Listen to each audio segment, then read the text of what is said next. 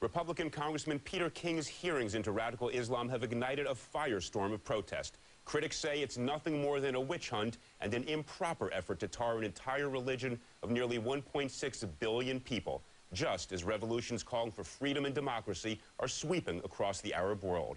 Others say, no, Islam is in fact a threat. Joining us is one such voice, Brigitte Gabriel, author of, and I quote, "They Must Be Stopped." She joins us from Washington. Welcome to the show. Thank you, Elliot. Glad to be with you. Well, there was, as I'm sure you know, a front-page article about you and your perspective on Islam just today, and I want to quote something you said in this article, so I apologize for putting on my glasses, but you said, "America has been infiltrated on all levels by radicals who wish to harm America. They have infiltrated us at the CIA, at the FBI, at the Pentagon, at the State Department.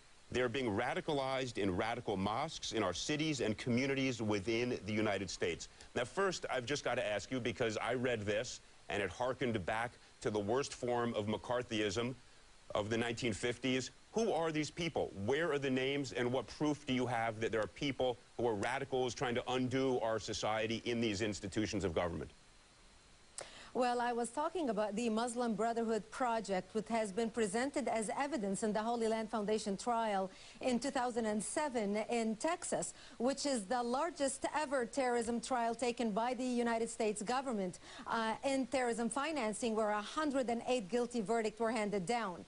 In that trial, a project written by the Muslim Brotherhood, a 100-year plan for radical Islam to infiltrate and dominate the West, was presented. The plan for North America was presented, which was written in 1991. In that plan, they discussed 29 front Islamic organizations for the Muslim Brotherhood set up in the United States and now operating, infiltrating our government. This is not an opinion. This is a fact that was presented in a terrorism case. Brigitte, again, I want to drill down. I know about that case. I was a prosecutor. In fact, we were involved in generating some of the evidence way back for that case. You have not given me the name of a single individual. You list every major aspect of our government, the CIA, the FBI, the State Department. Name one person who you can say is infiltrated in those institutions by radical Islam, since you're saying radical Islam is this fundamental threat to our security. One person at those institutions. Well, there are people who are under investigation, and their names will not be released by the FBI, just like the people who are monitoring Nidal Hassan for a year, and they did not release his name, and they did not share intelligence, because once someone is being monitored, you don't discuss them publicly.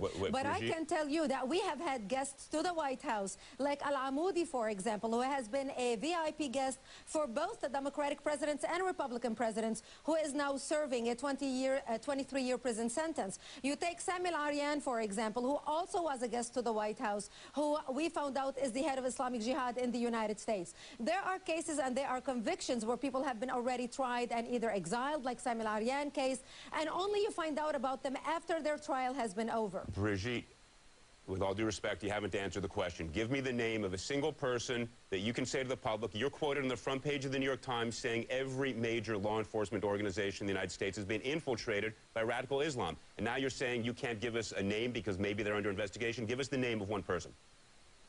Well, I can give you one name, Hisham Aslam, who works at the Pentagon, who actually ousted Stephen Coughlin, who was the highest authority on Islam at the Pentagon back a couple of years ago, is a front for the Muslim Brotherhood. There are many people like that operating and working within our government who are now being monitored by the FBI. Their names are not going to be released because they are being monitored. All right. We got one name, and we will follow up on that. I appreciate that. Now, I want to run a quotation, a piece of tape in which you made some kind of remarkable comments, I think kind of remarkable comments, about Islam in the Arab world. And you said that you're contrasting the Arab world basically with everybody else. So let's run this tape, and then I want you to react to it, if you would. The difference between civilization and barbarism. It's a difference between goodness and evil. And this is what we're witnessing in the Arabic world. They have no soul. They are dead set on killing and destruction.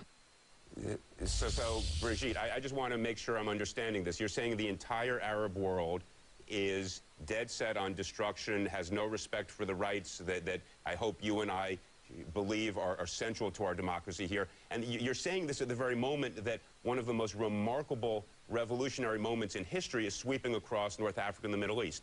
Was that Is that your view?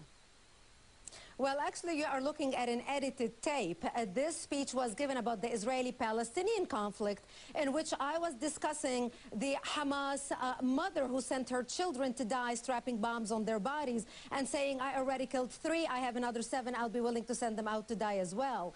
And I was talking about how Palestinian mothers are encouraging their children to go out and blow themselves up to smithereen just to kill a few Christians and Jews. And it was in that context that I contrasted the difference between Israel and the Arabic world was a difference between democracy and barbarism. That's how I made these comments, but obviously the clip was edited.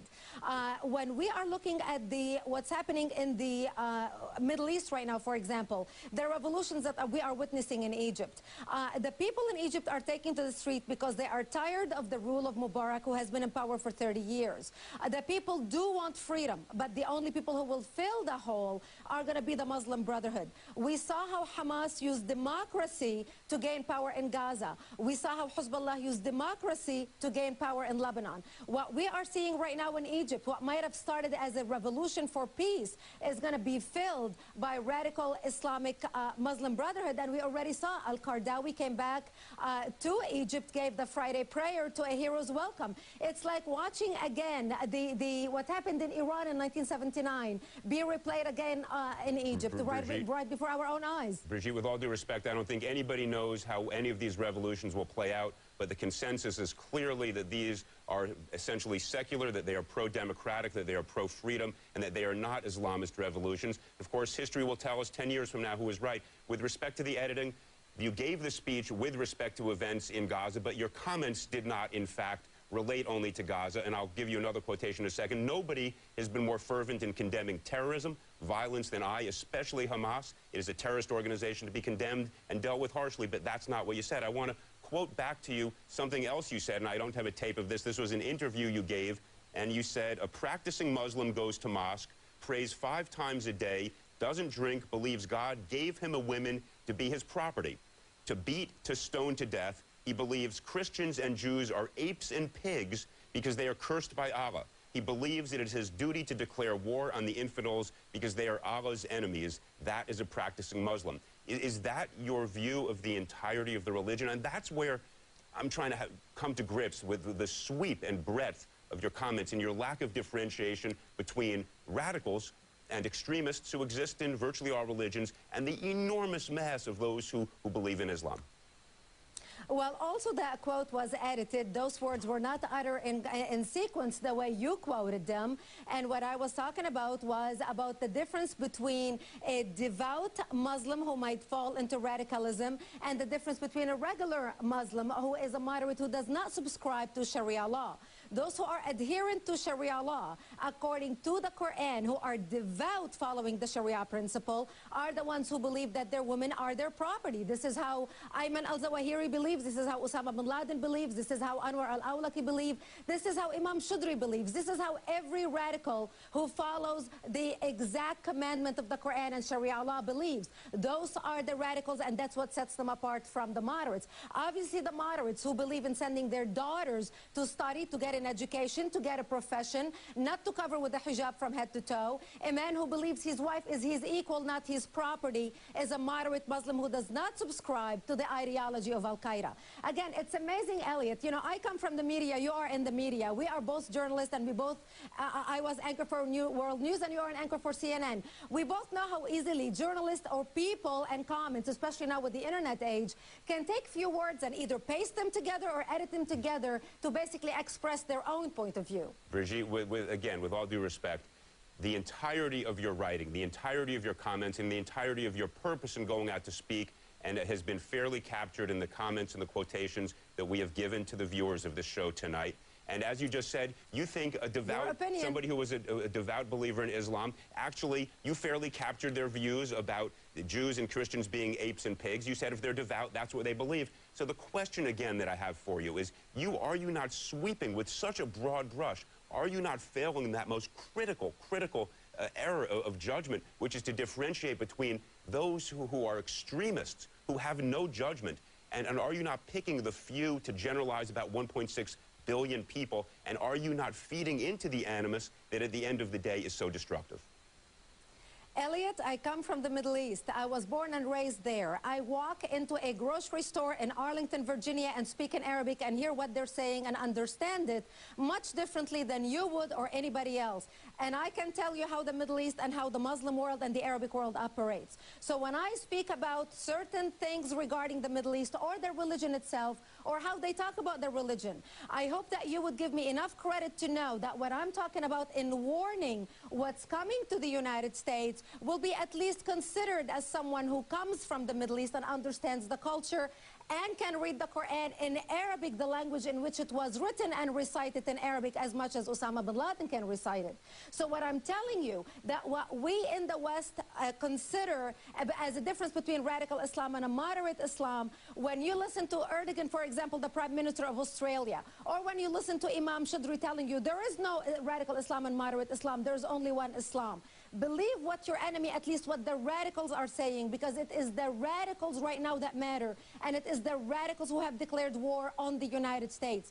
We must be very wise in understanding what our enemy is saying to us. They are not lying. They don't have a hidden agenda. They're being very clear in their messaging. We are trying to translate and reflect our Western values and standards on their words, and we better be very careful because we are playing with fire and the lives of millions of people if we do not learn how to differentiate between what the radicals and the devout do and say and what the moderates do and say. All right, I think you meant the Prime Minister of Turkey, not Australia, if I heard you properly. With sorry. So just to prove, I was listening carefully to you. I just wanted you to know that. All right, Brigitte Gabriel, I may disagree fundamentally with you, but interesting chatting with you anyway. Thanks for coming. Thank you very much. Thank you for having me. My pleasure. Up next in the